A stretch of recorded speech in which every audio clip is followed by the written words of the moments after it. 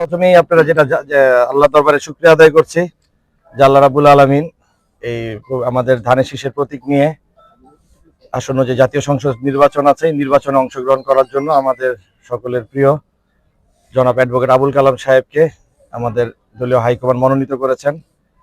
এবং আপনারা যে প্রশ্নটা আপনারা সবাই করেছেন, প্রথমে মাসুদ সাহেবকে দেওয়া হয়েছিল, পরবর্তীতে উনি চলে গেছেন, নির্বাচন করবেন না, পরে আসছেন। প্রাথমিক আসলে একটা মনোনয়ন তালিকা তো হয়েছিল, সেখানে মাসুদুজ্জামানই ছিলেন।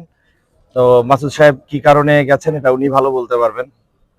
তারপরে আপনারা বলেছেন শাকওয়াত সাহেবের কথা। শাকওয়াত সাহেবও একজন খুব, যেহেতু মহানগর বিএনপির আহ্বায়ক, উনিও একজন শক্ত ক্যান্ডিডেট।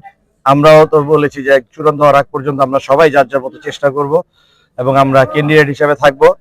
আমাদের দলের ভারপ্রাপ্ত চেয়ারম্যান সাহেব, ভবিষ্যৎ রাষ্ট্রনায়ক জনাব তারেক রহমান সাহেব বিচক্ষণতার সহিত উনি দেখেছেন আমাদের এই আসনটি পুনরুদ্ধারের জন্য বা আমাদের আসনটি ভোটের রাজনীতিতে অ্যাডভোকেট আবুল কালাম সাহেব হয়তো ওনার কাছে যোগ্য মনে হয়েছেন।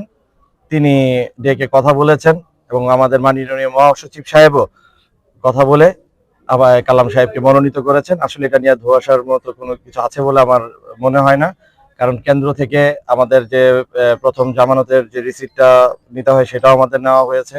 পরবর্তীতে আমাদের বলেছে আমাদের ডাকবেন, ডেকে চিঠি দিবেন যে পাবেন। আমাদের ডেকে আজকে সকালে আমাদের যেতে বলেছিলেন। আমরা ওই ধারাবাহিকতায় আজকে আমরা গুলশান অফিসে যাই।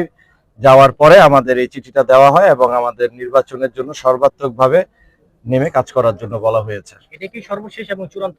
আসলে সর্বশেষ বলতে পৃথিবীতে কিছু নেই, তবে এই প্রক্রিয়ার দিকে যদি দেখেন এরপরে তার কোনো প্রক্রিয়া থাকে না।